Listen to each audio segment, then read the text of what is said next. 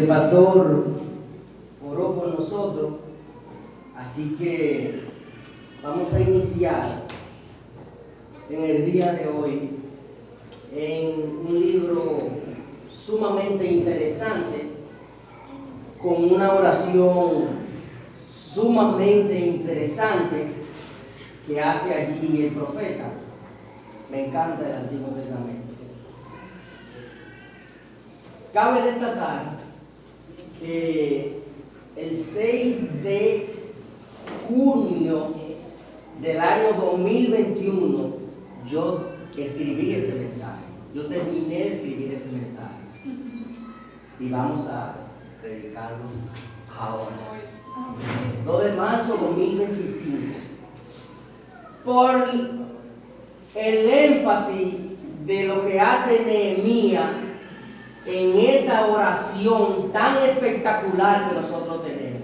Y en el Antiguo Testamento hay oraciones espectaculares.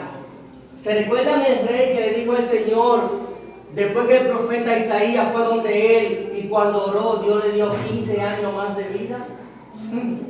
Nosotros quisiéramos hacer eso también. ¿Recuerdan otras oraciones?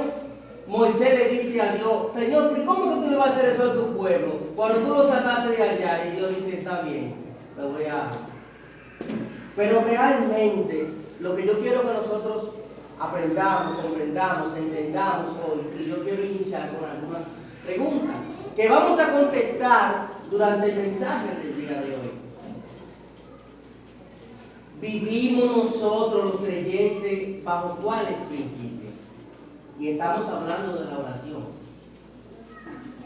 Pasamos nosotros tiempo meditando y orándole a Dios, hablando con Él, encomendándole a Él todas nuestras peticiones y nuestras acciones.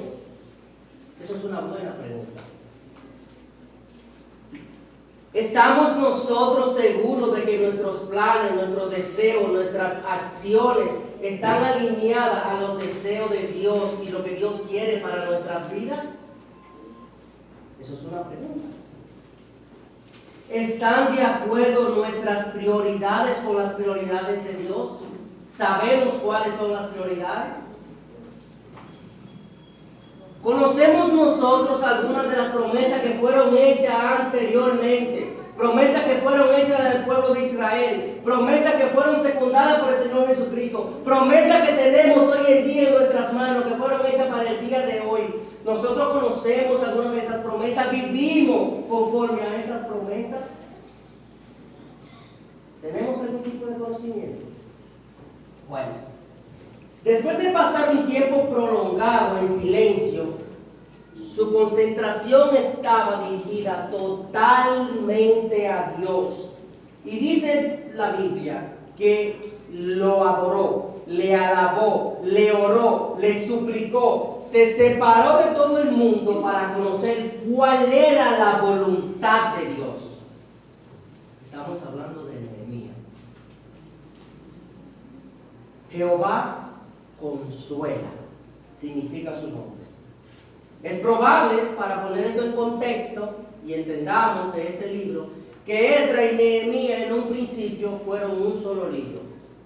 Después fue dividido. Esdras es realmente una excepción y es una de las muy pocas personas que tenía acceso en el Antiguo Testamento a algunos archivos, algunos libros, algunos rollos, por su condición de cómo era él y quién era. Acceso que otra gente no tenía. Es por eso que durante el reinado de Artajerjes, que duró 21 años, 20 años prácticamente, entre el año 464 hasta el año 423, Esdras tuviera mucha información. Pero sucede que hay alguien que va a resultar como una especie de gobernador, con un llamado poco común, un hombre que no era conocido, por así decirlo, y va a hacer algo acorde a una promesa, a un sentimiento, a un llamado y a un deseo de rescatar a su pueblo, a un deseo, a un amor que tenía por ese pueblo. la promesa de conducir al pueblo por tercera vez. Ese remanente que fue dispersado va a ser conducido por tercera vez. Y Nehemías tiene esa encomienda. ¿Por qué por tercera vez? Porque todos conocemos la historia de Israel. En el año 722 el pueblo realmente sufrió de manos de los asirios la deportación y la despoblación más atroz que había existido. Pero después de eso sucedieron otras cosas. En este año 722 las 10 tribus fueron totalmente desoladas, despobladas, martirizadas. Lo exterminaron. Eso nos lo dice este texto en Segunda de Reyes, capítulo 17, del 18 al 20. Dice ese texto aquí lo que pasó en ese tiempo. Como el Señor estaba muy enojado con los israelitas, los barrió de su presencia. Eso es un término como dominicano. Lo barrieron cuando se juega de 4 juegos y no gana ni uno el equipo contrario. Lo barrieron. Dice aquí, como el Señor estaba muy enojado, el Señor estaba airado, el Señor estaba completamente enojado con el pueblo. El Señor cruzó los brazos y dejó que hicieran lo que quisieran, porque ellos estaban mal. Y dice, como estaba muy enojado, lo barrió de su presencia. Solo la tribu de Judá quedó en la tierra.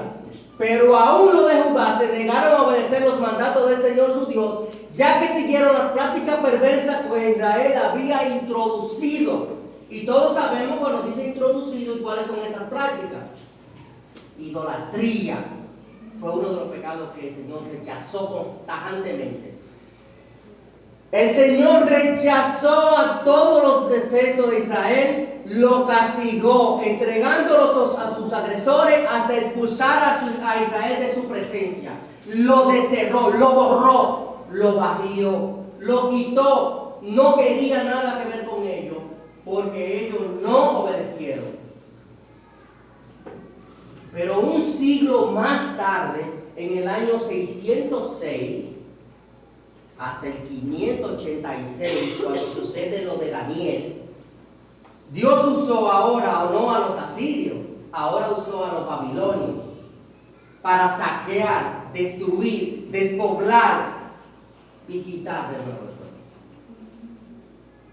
¿Por qué? Porque no habían obedecido. Y si nosotros vamos a un texto mucho más amplio que este, que en Jeremías capítulo 25, dice que Dios le da las instrucciones ahí para que ellos hicieran lo que tenían que hacer, para lo cual si ellos volviéndose a Él, Dios lo iba a perdonar, porque es una promesa que le hizo.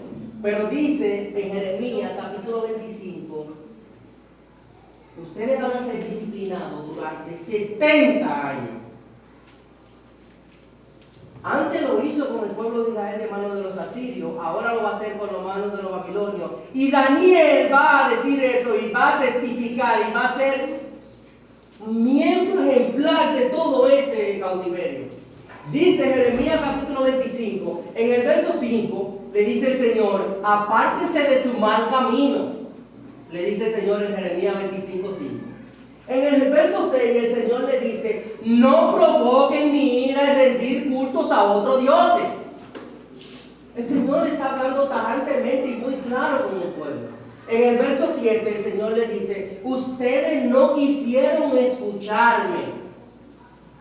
En el verso 8 el Señor vuelve y le dice al pueblo, mediante Jeremías 25, ustedes no me han escuchado. En el verso 9 el Señor le dice, reuniré bajo el mando de Nabucodonosor. Dios va a utilizar a alguien malo, pagano, que no tiene nada que ver con el pueblo, para que el pueblo entienda que si no se vuelven, ese malo va a hacer lo que Dios diga para hacer entender a ellos. Y dice en el verso 9, reuniré bajo el mando de Nabucodonosor a ustedes y lo destruiré. Y en el verso 10 dice algo muy interesante. En la traducción viviente dice, quitaré de su rostro su risa. Jeremías 25:10, ¿lo pueden buscar? Dice el verso 10, quitaré de ustedes su risa.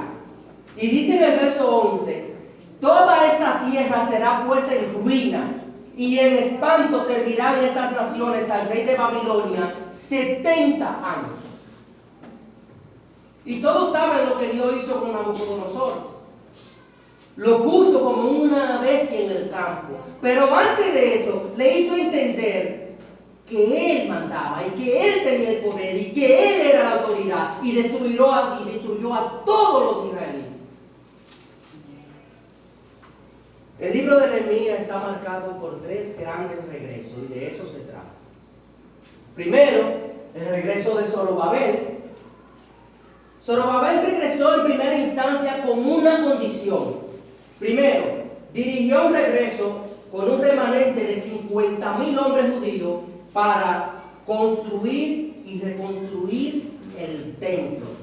El templo había sido completamente devastado. El segundo regreso estuvo marcado por Esdras. Este segundo regreso solamente vinieron con él unos 20,000 hombres, pero con el propósito de llevar la ley al templo, hacer que la Torá fuera el libro y que todos los miembros, los israelitas, vivieran acorde a lo que establecía la ley. Poner orden fue lo que Esdras hizo. Y eso pasó por cierto tiempo. Después vino un tercer regreso, que fue el regreso de Nehemías, con el propósito de restablecer las murallas que le daban protección a la ciudad, protección al pueblo. Nehemías no dice con cuántas personas regresó, pero sí dice que halló gracia y construyó las murallas del pueblo. Así como José, como Esther, como Daniel habían alcanzado algo significativo y un papel preponderante dentro de la historia, usado por Dios, así mismo fue Nehemías también. Jugó un papel muy importante. En Nehemías capítulo 1, del verso 1 al 11, hay una oración plagada de súplica desde lo más profundo del corazón del profeta. En Nehemías capítulo 11 voy a iniciar en el verso 1 para que tengamos un poco de contexto, y voy a leer en esta versión que es otra versión. Dice: a finales de otoño, en el mes Kisleu del año 20 del reinado del rey Artajerjes, me encontraba en la fortaleza de Susa. Anani, uno de mis hermanos, vino a visitarme, y yo con algunos hombres que acababan de llegar de Judá. Le pregunté por los judíos que habían regresado del cautiverio y sobre la situación de Jerusalén. Me dijeron: las cosas no andan bien.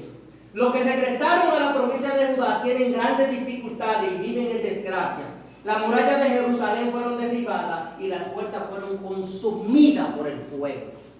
¿Qué significa esto? En los primeros 4 versículos lo que tenemos es Nehemías, viendo preocupación, está en un punto donde siente cierto pesar. Él está en una posición en la que él no tiene que preocuparse, pero cuando ve a Nani, uno que es su hermano, le pregunta por el pueblo: ¿cómo están? ¿Qué están haciendo? Recuérdense del tema del mes, corazón a corazón. Pongo ante Dios mi súplica, pero también la súplica de mis semejantes, de mis hermanos. Nehemías le dice: ¿cómo están la gente? Y la gente, y el profeta le dice: se lo está llevando mal. Están mal. La están pasando mal. Lo que a Jeremías le entristece porque es una muy mala noticia. Y dice en el verso 1: en el año de Kisleu, esto viene siendo diciembre, noviembre, diciembre, y luego pasa cierto tiempo. Y yo sé que nosotros no somos así, pero Nehemías pudo haber hecho eso. Nehemías era el copero del rey. ¿Qué significa eso? Que Nehemías, siendo el copero del rey, podía haber hecho en ese momento: oh, pero yo soy amigo del rey, déjame ir a decirle que me mande con 50,000 personas y vamos a resolver. Él no hizo eso. Aquí no suele pasar eso mucho, pero cuando alguien tiene una dificultad, sucede que alguien conoce a alguien y hace una llamada, y como conoce a alguien, usa las influencias y la cosa como que le va mejor, ¿verdad que sí? Eso no fue lo que hizo Nehemías.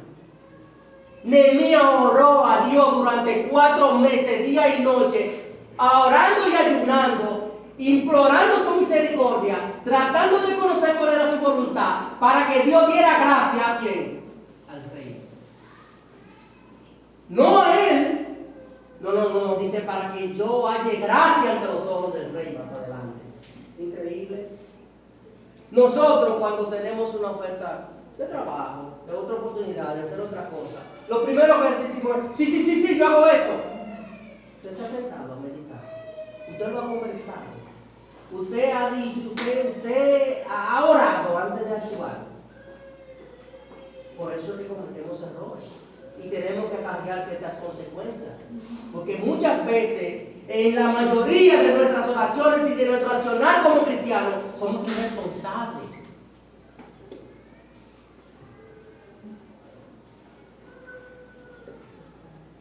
A pesar de este largo tiempo de opresión, Dios siempre va a levantar líderes que sirvan como remanente para restaurar a su pueblo y para restaurar esa relación con Él. Dios usó en este punto a Nehemías y realmente nosotros entendemos que Nehemías fue alguien puesto ahí para hacer eso. Porque Dios era soberano, conocía su corazón y Dios sabía las necesidades que el pueblo tenía en ese momento. Aquí hay 3 puntos importantes que yo quiero que veamos en los próximos 20 minutos, que van a resaltar realmente las cualidades de lo que es una persona de oración. Lo primero que nosotros debemos entender es que hay que hacer como Nehemías, hay que orar antes de actuar. Dice que Nehemías oró durante 4 meses. Pero era un hombre de oración, porque cuando tal mala noticia, lo primero que a él se le ocurrió fue que orar, no ir para el rey, no mandarse para a reconstruir, no, orar. Cuando nosotros oramos, nosotros entendemos y sabemos quién es Dios y cuáles son sus atributos. Y si nosotros conocemos eso, yo creo que es suficientemente claro de que nosotros vamos a entender cuál es la respuesta de Dios a nuestras oraciones. Cuando digo ese atributo es que nosotros entendamos que Dios es soberano, que gobierna sobre toda la cosa y usa a quien Él quiere, que Él es omnipotente, que Él es omnisciente, que Él es Dios, que Él es justo, y así sucesivamente. Cuando nosotros entendemos esto, también debemos entender quiénes somos nosotros, que fue la condición de Nehemías. Y lo podemos ver en los primeros 2 versículos del mensaje. El verso 4 dice, cuando oí esto me senté a llorar. Estaba entristecido, estaba amargado, estaba deshecho, estaba acongojado. ¿Por qué? Porque sentía compasión, dolor y amor por esa gente que estaban allá desobedeciendo. Dice, me senté a llorar. De hecho, durante varios días estuve en el duelo. Ayuné y oré al Dios del cielo. Uno de los atributos de Dios que nosotros debemos tener es que Él es omnisciente. Que nosotros debemos entender que Él está en el cielo. Y como dice el Salmo 115, verso 3, Él hace como Él quiere. Dice el verso 5 de este capítulo, y dije, oh Señor Dios del cielo, grande y temible, que cumple tus pactos de amor inagotable con los que te aman y obedecen tus mandatos. Oh Señor. Aquí dice que debemos tener confianza y comunión con Él. ¿Cómo hacemos eso? Conociéndole. ¿Cómo conocemos a Dios? Orando, hablando con Él, teniendo comunión, pasando tiempo. No es un patrón de oro 10 minutos en la mañana, doy gracias por la comida y 15 minutos en la noche. Leo mis 2 capítulos de la Biblia y cumplí. Eso es lo que hacemos la mayoría de los cristianos. No. Es un tiempo donde tú te detengas, vacíes tu corazón, tú conozcas dónde tú estás, que tú eres quien tú eres y que Dios es soberano, está en el cielo y que tú necesitas depender de Él. Y hasta que no aprendamos eso, no vamos a ir adelante. Y en el punto 4 dice, tener claridad de nuestra petición. Nehemías sabía lo que quería. Nehemías sabía por qué oraba. Nehemías sabía las necesidades del pueblo. Nehemías estaba en una posición donde él no tuvo que ponerse a eso. Sin embargo, él lo hizo. Dice el verso 6 de eso: escucha mi oración, mírame y verá que oro día y noche por tu pueblo Israel. Y él le dice aquí algo muy importante: yo te confieso que hemos pecado contra ti. Es cierto, hasta mi propia familia y yo hemos pecado. Yo sé dónde estoy. Yo soy indigno, yo soy malo, yo no tengo deseo de buscar a Dios, yo no hago el bien, yo hago lo que la carne quiere porque no hago lo que Dios me dice que tengo que hacer. Pero tú eres Dios. Y dice que si confesamos nuestro pecado, Él es fiel y justo para limpiarnos. Y Nehemías le dice: tú que eres Dios celoso y temible, yo te confieso que hemos pecado, pero por favor, escucha mi oración, escucha mi súplica, perdónanos. Y ahora Nehemías va a apelar a otras cosas que Dios le ha prometido antes y que ellos no lo merecen, pero que Él le va a recordar que Él lo prometió. Y como Dios lo prometió y es justo, Nehemías ahora va a apelar a esa misericordia que Dios va a tener con ellos. Y Él le dice: por favor, escucha mi oración. En el verso 7, Él le dice: hemos pecado terriblemente al no haber obedecido los mandatos, los decretos y las ordenanzas que diste mediante tu siervo Moisés. O sea, Nehemías no está diciendo que la gente del remanente cometieron un error. Eso no es lo que está diciendo. Nehemías no está diciendo que en la posición en la que él estaba, él había cometido alguna falta. No. Y sabemos que cometía falta porque él era un hombre. Nehemías no está diciendo: mira, los 70,000 hombres que llegaron primero, algunos se han extraviado. Y ustedes preguntarán: ¿y cómo se extraviaron? Bueno, los que llegaron allá, que fueron a construir el templo, encontraron gente ahí, se casaron con mujeres que no eran de ahí, hicieron cierta fornicación y aparte de eso también, aún construyendo el templo, adoraban a otros dioses. Se extraviaron. O sea, llegaron, porque yo no entiendo. A veces uno no entiende. O sea, un ser humano que lo trae de ser desterrado durante un tiempo de un martirio y lo llevan al lugar donde va a morar, y cuando llega ahí, ¿quiere volver a ser martirizado? O sea, por eso es algo muy incomprensible. Hermano, así somos nosotros. Así es el pecador. Y en 1 Corintios hay 3 tipos de personas: el carnal, el espiritual y el natural. Y dice que aquel que es natural no conoce nada de lo espiritual y va a vivir en un constante pecado. Y este pueblo estaba en una condición donde ha venido, están ellos mismos reconstruyendo el lugar que hizo Salomón. Y están haciendo esto y no se quieren llevar de la gente que lo están construyendo. No. Donde el Señor le dijo a Moisés durante la ley, le dio los parámetros: con mujer extranjera no te casarás. Le dijo: solo al Señor tu Dios servirás, solo al Señor tu Dios adorarás, porque yo Jehová soy Dios celoso, le dijo. Por eso, porque Dios se airó. ¿Por qué? Porque era celoso. Y el pueblo dice: yo puedo vivir como quiera. Yo no voy a hacer eso. Yo puedo vivir como quiera. Y bajo ese contexto, bajo esas condiciones, Nehemías le dice a Dios: Señor, hemos pecado contra ti, perdónanos. Mi propia familia ha pecado. Y supongo que llamaba familia porque tenía hermanos, porque tenía familiares, pero independientemente por su pueblo.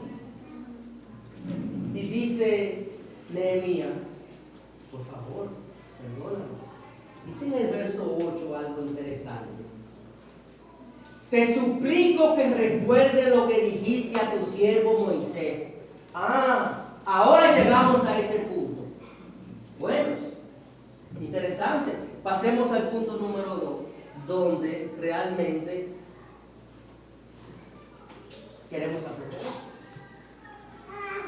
Dentro del contexto de la oración, entendiendo que oramos a un Dios soberano, que estamos aquí, que Dios no necesita nuestra oración, pero nosotros sí necesitamos orar, y que nosotros debemos comunicarle todo a Él, como dice Filipenses, dile todo, que nosotros necesitamos tener esa comunión, que nosotros necesitamos esa conversación, que nosotros necesitamos apelar a esa gracia, que Dios es misericordioso y nosotros no. Si no, pregúntenle a David cuando dijo: ¿quién quiere que te juzgue? ¿El pueblo, yo o quién? No, Señor, júzgame tú, porque si es otro, fácilmente no sobrevivo.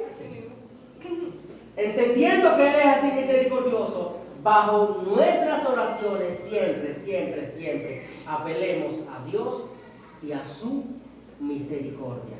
Porque si Dios fuera justo con nosotros, no tuviéramos aquí. Si Dios fuera justo con nosotros, mereciéramos la muerte. Si Dios fuera justo con nosotros, Cristo no hubiese pagado el precio que pagó en la cruz. ¿Sabe por qué? Porque hubiese cruzado los brazos y nos hubiese dejado abandonado. Pero no, mandó a Cristo y nos rescató. Mandó a que nos rescatara. Siempre bajo el contexto de la oración, cuando estás orando, apela a su misericordia.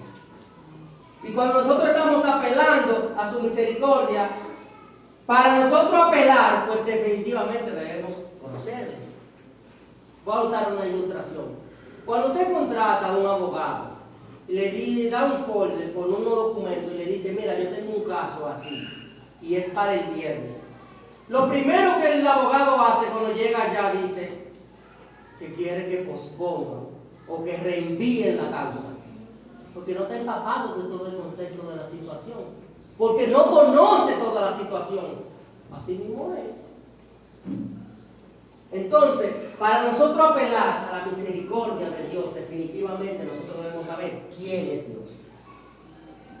Nosotros debemos conocerle a Él. Nosotros debemos saber por qué hacemos lo que hacemos.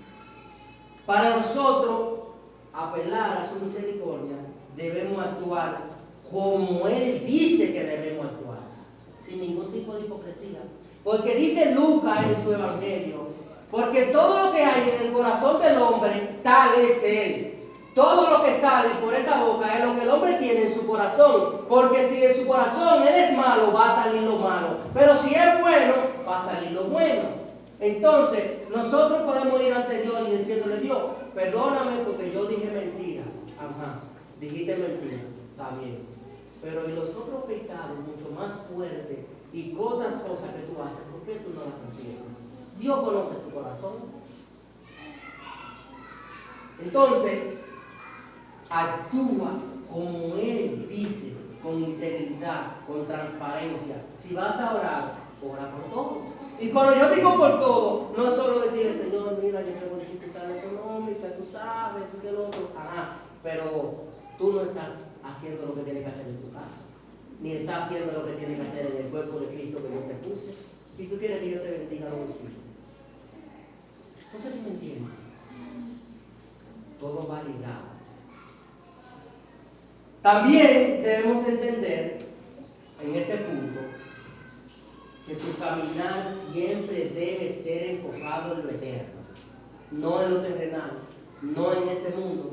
Dice el verso 8 aquí: te suplico que recuerdes lo que dijiste a tu siervo Moisés. Miren esto. si me son fieles, yo le pregunto, ¿había sido el pueblo de Dios fiel? No. ¿Hemos sido nosotros fieles? No. ¿Y por qué Dios tiene que bendecirnos?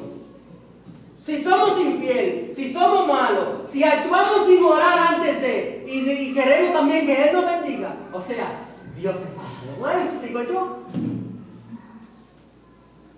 Dios es demasiado bueno, diría yo. Porque dice Nehemías, tú dijiste, si me son fieles, lo dispersaré entre las naciones. Si me son infieles, si ustedes hacen lo malo, yo lo voy a mandar uno para acá, otro para allá. Ustedes van a ser dispersados. Van a existir en lugares que ustedes nunca han conocido, completamente remotos, donde ustedes jamás se volverán a juntar como pueblo, le dice. Si me son infieles, lo dispersaré. Aquí dice que Dios juzga y Él no es como nosotros, porque Él es justo, nosotros no.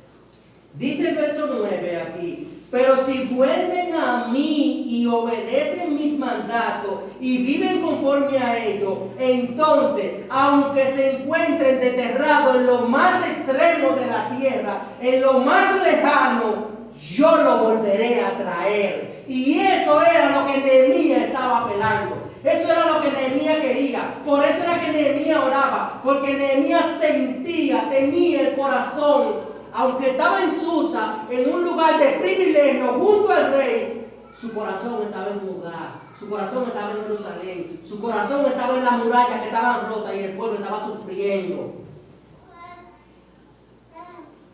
Y él le dice, aunque estén en lo más profundo de la tierra, yo lo volveré a traer al lugar que elegí y para que mi nombre, dice Dios, sea honrado.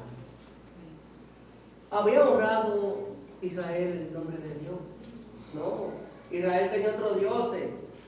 Israel estaba en contra de eso. Israel no quería saber nada de eso.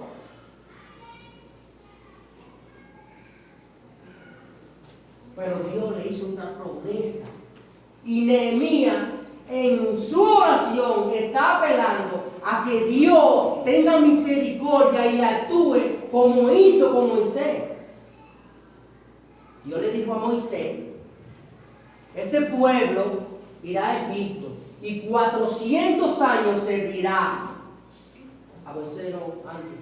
Y 400 años va a servir a una nación extranjera. Pero tú lo vas a liberar y lo vas a traer al lugar que yo le prometí. ¿Y cómo pasó? Como Dios dijo. Y cuando el pueblo se encontró frente al mar, te dijo, devuélvenos para Egipto, por favor, devuélvenos, porque vamos a morir aquí. Y Dios le dijo, para atrás. Y Nehemías estaba apelando a esa misericordia de Dios. Y nosotros, dentro de nuestra oración, debemos decir, Señor, yo no soy justo, yo no soy bueno, yo no hago lo que tú me dices, yo obedezco el Padre, yo soy quien soy, yo soy hombre, te suplico que tenga misericordia y gracia conmigo. Te suplico que me perdone. Y el punto número 3 de estos 3 puntos que enfocados en la oración es que debemos aceptar nuestras responsabilidades. ¿Cómo así? Claro, todo lo que nosotros hacemos tiene consecuencias. Y nosotros como personas debemos ser responsables por las cosas que nosotros hacemos. ¿Cómo así? En ese aceptar nuestras responsabilidades, nosotros debemos entender que nosotros debemos aceptar la voluntad de Dios.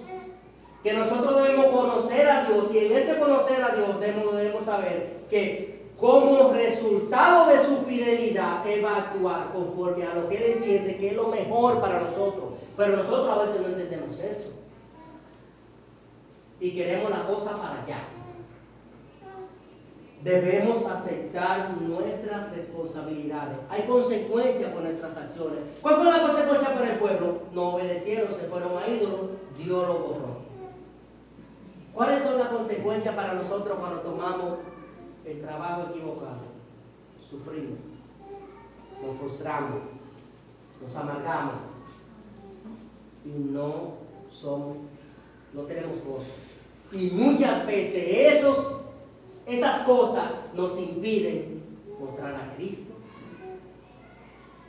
Y nos olvidamos para qué trabajamos en el contexto de diario vivir. Hay muchas cosas que nosotros hacemos sin consultar, sin apelar a su misericordia, sin orar, y tenemos que acarrear con la consecuencia. La espera o esperar siempre va a traer bendición. Siempre va a traer bendición cuando usted espera en Dios.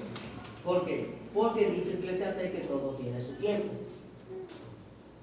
Hay un tiempo para esto, hay un tiempo para esto. Hay que esperar. Entendemos que si nosotros conocemos a Dios y sus atributos, siempre la respuesta de Dios siempre es la mejor, aunque a veces no nos guste. Y eso me lleva a una pequeña ilustración cuando tratamos con un tema con el pastor. Y él me dice, pero Luis, la respuesta es muy sencilla. Mira lo que dice la Biblia. Y eso es lo que la gente no quiere, lo que dice la Biblia. La gente quiere escuchar lo que dice, pero no lo que dice la Biblia. Y la respuesta de Dios que está aquí siempre será la mejor. Y entendamos que dentro de ese esperar y dentro de ese aceptar nuestra responsabilidad, cuando la respuesta no es favorable, aun cuando Dios no contesta, aun cuando Dios aún está presente en el silencio. ¿Sí? Porque te está preparando. Dios también está presente en el silencio. Dice Nehemías, verso 4, me senté y lloré. Y aunque Nehemías no era profeta ni sacerdote, desde lo más profundo de su conciencia, él sentía una angustia y un dolor terrible. Y todo eso había sido conmovido para que él actuara. Lo más primordial aquí es que ante cualquier cosa, ante cualquier circunstancia, ante cualquier situación, Nehemías lo primero que hizo fue orar. Él no llevó sus problemas al rey, no, llevó sus problemas a Dios. Él oró a Dios. Él no se sentía ignorado, él no sentía ignorancia, él no sentía por el pueblo. Cuando Hanani vino y le dijo, mire, el pueblo está en gran aflicción, Nehemías no le dijo, ajá, wow, ¿y cómo está tu familia? ¿Y tú no me dijiste que te iba a comprar una casa aquí en Susa? ¿Te va a venir a vivir para acá? Él no hizo eso. El pueblo está en gran aflicción.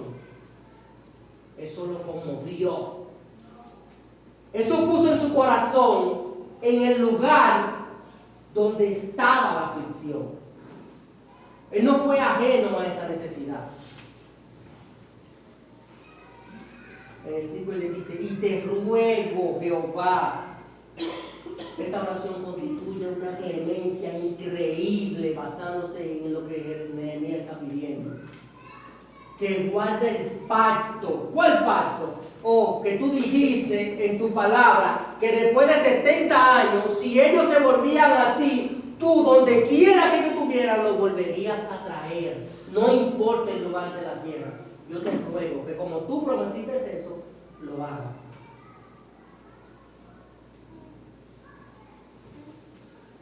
Y él le dice en el verso 6, escucha la oración de tu siervo.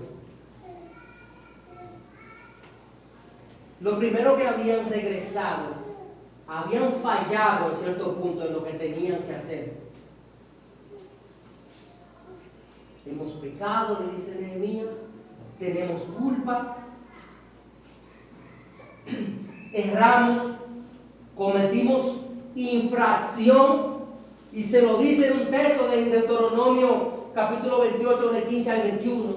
En ese texto de Deuteronomio, él le dice, adelante, habrá maldición para el pueblo. ¿Cómo maldición? maldición por la desobediencia, maldiciones te alcanzarán, maldito sea tu campo, maldito sea tu fruto, maldito sea tu entrar y tu salir. Jehová mandará maldición a causa de tu maldad y la de tus obras. Deuteronomio 28 del 15 al 21. Maldito seas, Israel. La tierra, la familia, la gente, tu campo, todo lo que tú haces. ¿Por qué? Porque tú no has obedecido. Y él le dice, acuérdate cuando apela a esa misericordia. En Deuteronomio capítulo 30, Dios habla de esto, de que lo volvería a traer.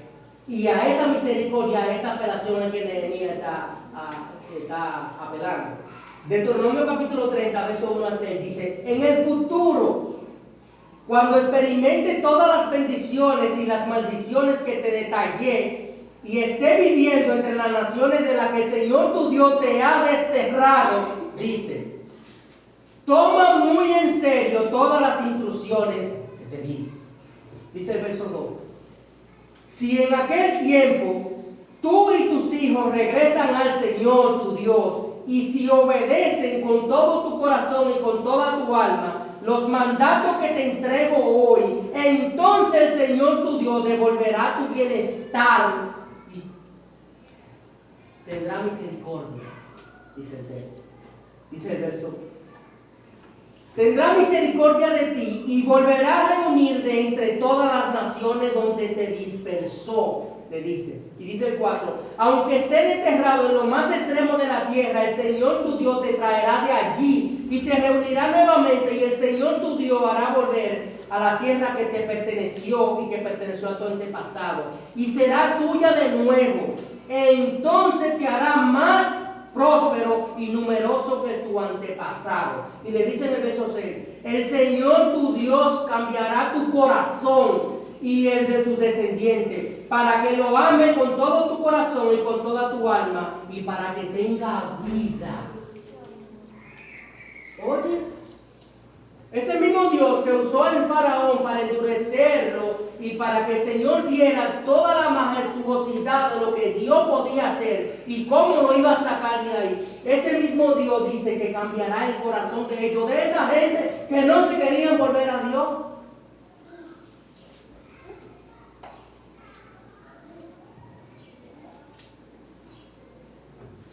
A veces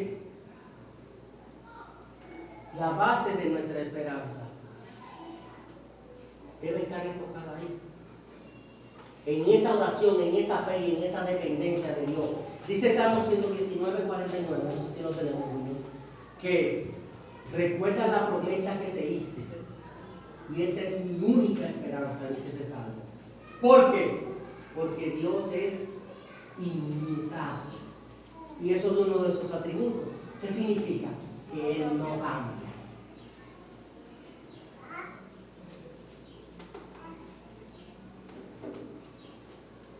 Dice Nehemías, versículo, con esto voy a concluir, en el verso 10, el pueblo que rescataste con tu gran poder en manos de tu siervo, oh Señor, te suplico que oiga mi oración. Escucha las oraciones de aquellos quienes nos deleitamos en darte honra. Te suplico hoy que me conceda éxito y haga que el rey me dé su favor.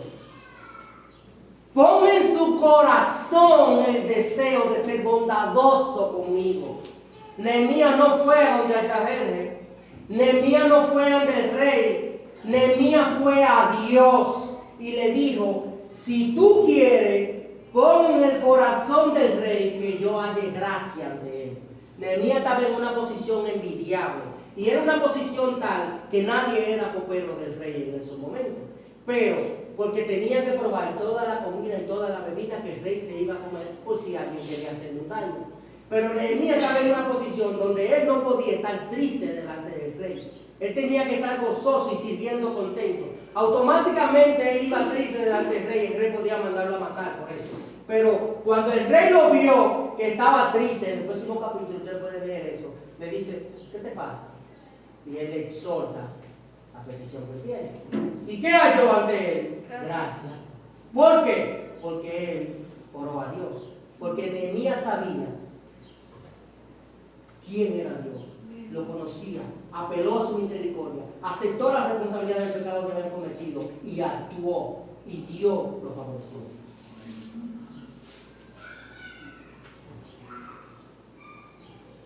Te suplico que me conceda éxito ante el hombre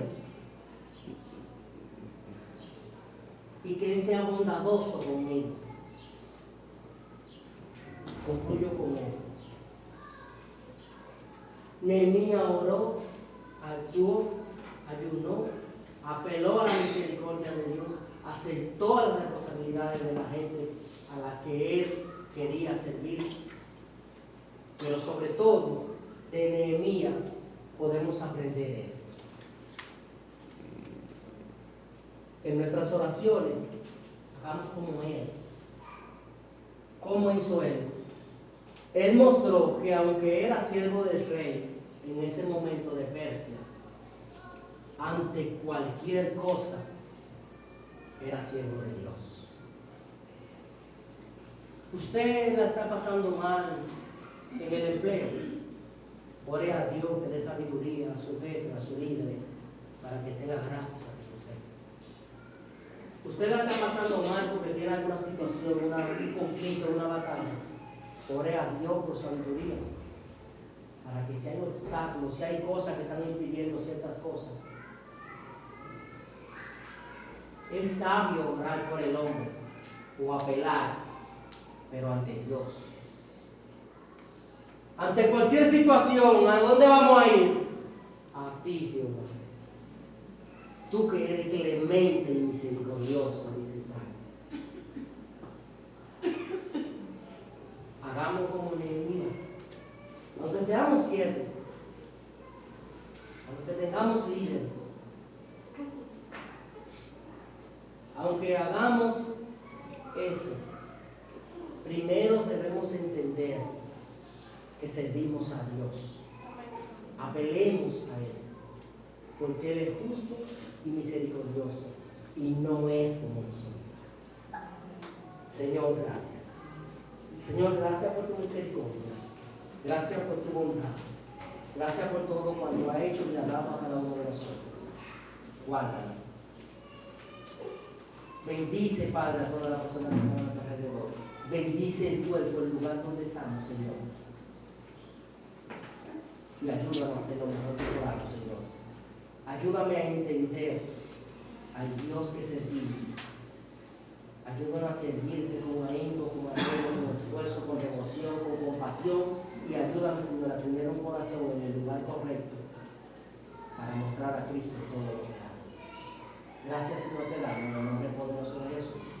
Amén.